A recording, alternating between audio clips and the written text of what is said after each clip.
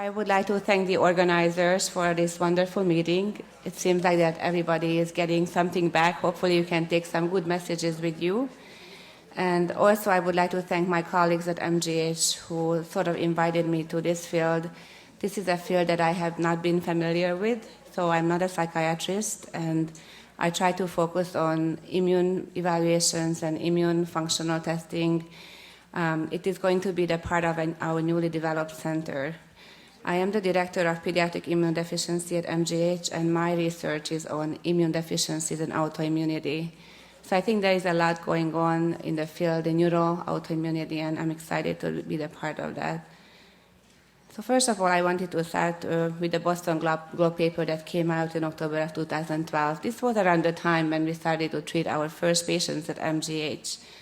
And as you all know, the paper came out about a child, the history of a child who was treated in the Boston area, who was a completely healthy child and unfortunately had an abrupt decline, neuropsychiatric disorder, and eventually got healed with IVIG. And it is truly dividing many physicians whether IVIG is the proper treatment for these children or not. And I personally think that IVIG is an adjunct treatment. It is a complementary treatment, but it is not going to be the only answer for treating this disease. And I would like to give you some information on that and our approach. So what is PANDAS or PANS? Is it truly an autoimmune disorder? And if it is, what are the specific triggers? Is there generation of specific autoantibodies? Can we actually identify biomarkers that would help us to identify these children, and especially the ones who would benefit from immunomodulation? And if it is an autoimmune disease, can you actually show damage to the target tissue? And this is the hardest question since we are talking about the brain. And we don't really want to take biopsies of the brain, so you have to have other uninvasive methods of understanding whether the brain is affected or not. So in general, when you think about autoimmune disorders, the classic definition is that you have an autoimmune disorder.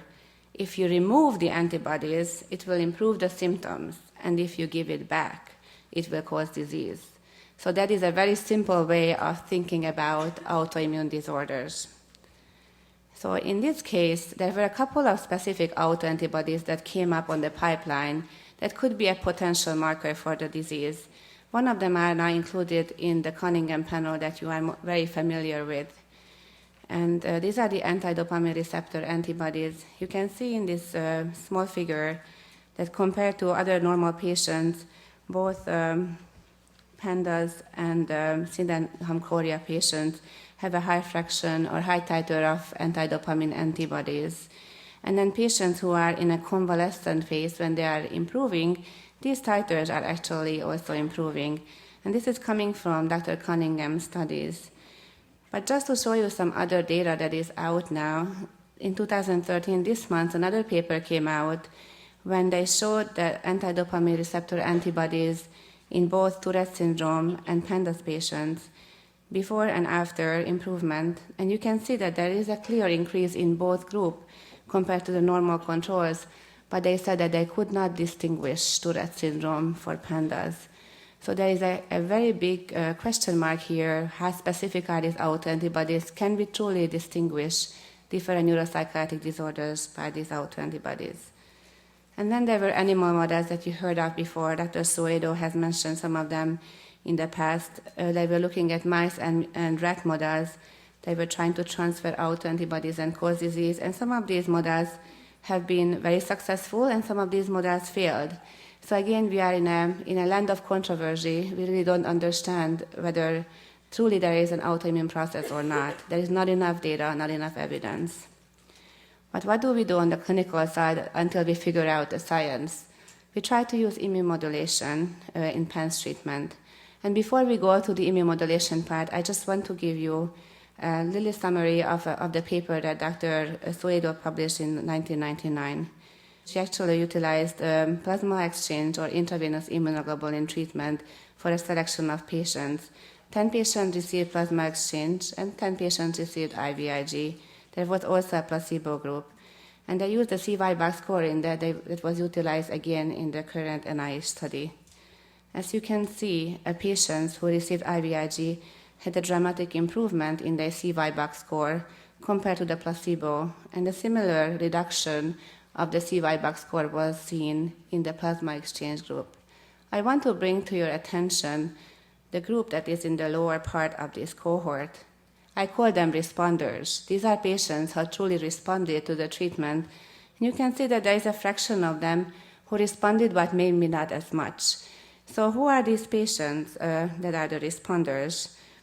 Again, you can see there is a tremendous decrease in both obsessive-compulsive symptoms and tic severity in the IVIG and plasma exchange group. But how can we distinguish this responder group? This is the question of today, and I will not be able to give you an answer, but hopefully with our next studies, we will be able to address that. So immunoglobulin therapy immunoglobulin treatment is a very important thing that we try to utilize for these patients. And I want to give you a basic Immunology 101 review of where are the immunoglobulins coming from and what they are, so you will be more familiar with the concept. So basically, immunoglobulins are produced by B cells, and B cells are lymphocytes that are actually coming from the bone marrow. There is a stem cell in the bone marrow that slowly will mature through different phases of B cell development all the way to an immature B cell.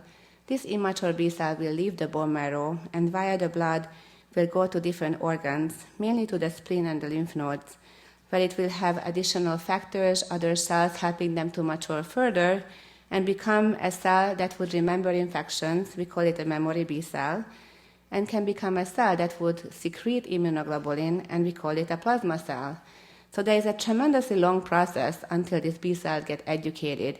And throughout that time, many checkpoints can be abrogated or impaired, and those patients would have problems with production of antibodies. It can be an intrinsic defect when the B cell itself is not developing well, but also it can depend on other cells that are helping the B cell to develop, mainly in the lymph nodes. And those are called the helper cells, mainly T cells. So some children who have problems with B cell development or B cell immunoglobulin production is actually having a T cell problem too. And that's why in our clinic, we try to do a very broad immune evaluation, including assessment of the B cells, the T cells, and other immune cells. This is the immunoglobulin molecule. I don't know if any of you have been seeing these figures before, but it has a very interesting Y shape. And the Y shape is important because these sites here, the end of the Y, are the antigen binding sites. And B cells have to get very close sometimes, many of them, these receptors, to really bind an antigen. They have to aggregate on the surface of the cell. This is a very specific area here. It is very diverse. And as the B cell is maturing from the bone marrow to the spleen, this receptor is modified multiple times and then is selected based on what kind of bacteria, viruses, or other things the B cells see. There is another part of the B cell called the effector part. It's very conserved, and it is going to bind this B cell receptor to the surface. This chain is, we call it an effector part because as an immunoglobulin, it would bind to other cells and make them do things that would protect the patient. It would lyse cells with bacteria, or it would activate other cells to kill cells with bacteria. What is a very intriguing part of the immunoglobulin is actually the middle fraction. And this fraction is being modified after the B cell receptor is formed. And it gets sugar residues on it. We call it glycosylation or sialation. And these sugar residues will really influence how good that antibody is. Conico in Science have published in 2006 that depending on how this fraction is sialized, there is a difference in anti-inflammatory properties of the antibody. And why do I mention that? If you think about how much immunoglobulin a child is getting infused with high-dose treatment, it can be the matter of 50 to 100 ml. Only 10% of that immunoglobulin would actually have the right fraction of immunoglobulin that has the right sialization. So basically, if there was a way for us to fractionate that out, your child could have much less immunoglobulin and have a much more effective treatment. But unfortunately, this is currently not commercially available. What I also wanted to show you is why IVIG working and how does it decrease inflammation. Recently, there were papers showing that there are some effect of IVIG on TLR pathways, and a recent paper now in JACI also showed that IVIG will actually interrupt B-cell receptors, which is equaling immunoglobulin, on the surface. You can see that patient samples without IVIG have a nice aggregation of these immunoglobulin molecules on the surface if they get stimulated. And this is what I meant by when a B cell is seeing an antigen, it has to bring together the receptors, and they together will sort of soak up that antigen. And you can see that these lipid shafts are coming sort of together. Whereas when you have a patient with IVIG, these lipid aggregations will not happen. So the B cell will be inactive. We call it anergic or inactive. And then what happens furthermore is that these BCRs or B cell receptor, that is the equivalent of the immunoglobulin, will get internalized much faster. So not only they don't aggregate well, but compared to the one patients who have no IVIG, these patients integrate immunoglobulins, BCR receptors into the cell, and they degrade much faster. So basically the concept is that when you give high-dose IVIG to patients, their autoreactive B cells will not be able to get activated. They will have a B cell receptor that will not aggregate. It will have a faster turnover, and for that reason, the B cell will not be able to produce antibodies. So we think that using high-dose IVIG will silence autoreactive B cells. So what are the indications of immunoglobulin treatment? We use it regularly for patients with immunodeficiency as a replacement dose. These are monthly or weekly subcutaneous or IV infusions, and the dose is relatively low, 0.5 milligram per kilo per dose. It is indicated for patients who have low IgG levels and infections. So unfortunately, if there is a low IgG level without infection, we may not be able to have the patient get approved for immunoglobulin. It is also indicated for patients who do not respond well to vaccinations. We call it selective antibody deficiency. And we have a new group of patients at MGH that I have been treating with immunoglobulin who have mitochondrial disease. And it seems like that mitochondrial disease strongly affects the immune function, and these patients will have more severe infections. So that's a very clear-cut area. It's very easy for us to give immunoglobulin to these patients, and we see obvious improvement. It's much harder to justify treatment with anti-inflammatory dosing, which is the high-dose immunoglobulin treatment. It has been approved for Kawasaki disease, which is the inflammation of the blood vessels, also for other systemic inflammatory conditions in rheumatology, post-infectious processes, especially if patients have a neurological complication like Guillain-Barré syndrome, and chronic inflammatory conditions. Even in hematology, we are using high-dose immunoglobulins for autoimmune low platelet counts and leukemias. What hasn't been really proven yet is the use of IVIG in experimental treatments. And that has been the neuropsychiatric conditions that we are talking about during this conference, PANS and PANDAS. And also there is a new group of patients at MGH I'm involved with who have small fiber neuropathy. These patients have problems with autonomic dysfunction. They have blood pressures that are changing up and down, chronic fatigue, and we think that their neurons basically are heavily affected. So these are the two experimental groups that we are treating at MGH, and it is really hard to get them approved for treatment and to know who is the one who should receive it. But I want to tell you that over 50% of the IVIG products are used off-label in the United States. So I'm not feeling surprised that we will look for these new avenues and eventually, hopefully, we can find our target group. What are the IVIG products and their side effects? There are multiple different types of IVIG products available from different manufacturers, as I listed here, and each product has to be approved by FDA for certain indications. You can see that not all of the products are approved for the same reason. All of the products, except one or two of them, actually include IgA, which is basically a contaminant. It is very important to know that if your child has IgA deficiency, because IgA deficient patients could potentially develop anti-IgA antibodies that could make complexes with this IgA. But what we have known now is that Dr. Bonilla from Boston Children's have reviewed and did a meta-analysis of multiple papers and cases in 2012 and showed that patients who have no IgA still have a very low chance of actually developing anaphylaxis or severe allergic reaction to IgA-containing products. So I think it's a safe method still to use the general IgG products for IgA-deficient patients, but I want you to be aware of the mechanism and the question that we have behind that. How do we prepare these immunoglobulins?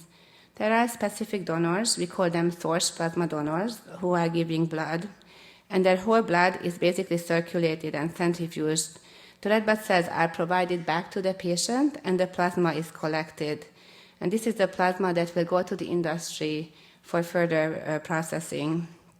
These plasma donors can actually donate twice a week serum samples, and the process is around 75 minutes. It's very important that these donors are registered, their behavior, travel, infection status, so the companies can make sure that there's a low chance of having any sort of virus, dangerous infectious material in the product. And then the fractionating process occurs when the plasma is further fractionated, and actually not only IVIG, but other components such as albumin and other fractionated products are provided from the same patient. They have to pull over 1,000 patient sample for one child to be infused. So it's a relatively large amount of plasma that has to be processed to get the amount of immunoglobulin that one child receives. What are the side effects of immunoglobulin replacement? First of all, most of you probably know who had a child who got infused with IVIG. Headaches can occur quite frequently. And around 10% of the patients who get replacement dose would have headaches, and my experience with our group is that 30 to 50% of our patients with high dose can experience headaches. It is quite product dependent, so we are having better success with certain products than others. And the history of migraine headache is clearly a risk factor. So if your child has headaches before migraine headaches, most likely he will or she will develop headaches with the IVIG. And we have to make sure that we make the proper arrangement to decrease the probability of that. So what can we do to decrease the probability or the extent of the headache? We can do the infusion much slower. We can give proper pre-medications, Benadryl, Tylenol, Motrin, and we can do prehydration. And these are basically the major treatment options that we use before IVIG to decrease this side effect. I want to warn you that anaphylaxis can occur with immunoglobulins. It is a contraindication for further treatment. We have success of transitioning patients from IV product to sub-Q if they had history of anaphylaxis or severe allergic reaction, but it cannot be used for the high-dose version. You can only use subcutaneous version for the low-dose patients. Many parents who come to us and who would request or discuss IVIG treatment have a lot of concern about risk of infections. And I want to specifically emphasize that these products are screened and filtered for hepatitis C, hepatitis B, and HIV, among all the other viruses that has been shown to be pathogenic for patients. And there was one outbreak almost 10 years ago with hepatitis C virus from one product, but I'm not aware of any other outbreaks in the United States or in the world. IVIG administration has to be medically justified for that reason. I think we always have to understand the risk of this, it's a blood product, and the benefit, what it would bring to your child. So what is our MGH experience? I'm just going to show you a very quick table about the patients we have infused so far at MGH. And in pink, I highlighted the patients who have been receiving treatment on a regular basis now. And then in white, I highlighted the patients who received one experimental dose and did not get further treatment. You can see that the ages of the children range from 7 to all the way to 19. And on the diagnostic categories, we have many patients who truly meet PANDAS criteria, but you can see that some patients are PANS, and we even have patients who have more of an autoimmune encephalitis clinical picture. And I wanted to emphasize that for you because PANDAS is such a small fraction of these children. having the PANDAS diagnosis for your child, it may not be beneficial for the child. If your child has more severe neurological symptoms, it's best to go with a neurological diagnosis. And that way, all the ancillary support, physical therapy, and other doctors will understand the condition better. The clinical phenotype can be tics, OCD, anxiety, but it can range from even raging, regression. So it's not always just the typical PANDAS symptoms that we talk about. And as you can see, there is a whole list of different minor immune abnormalities that we could detect in these patients. But none of them are, there's no common theme here. We have seen low ANAs, we have seen some decreased response to vaccines, some patients have a minor T-cell defect, but we cannot draw a common theme, a common conclusion on the immune evaluation. And what we really try to emphasize for our patients is to have a specific scoring before and after the treatment. I'm just going to show you here one example. This patient has been receiving multiple treatments and very thorough scoring before and after. Her score ranged from 27 in her worst time to 17 in her best time. This is a significant reduction.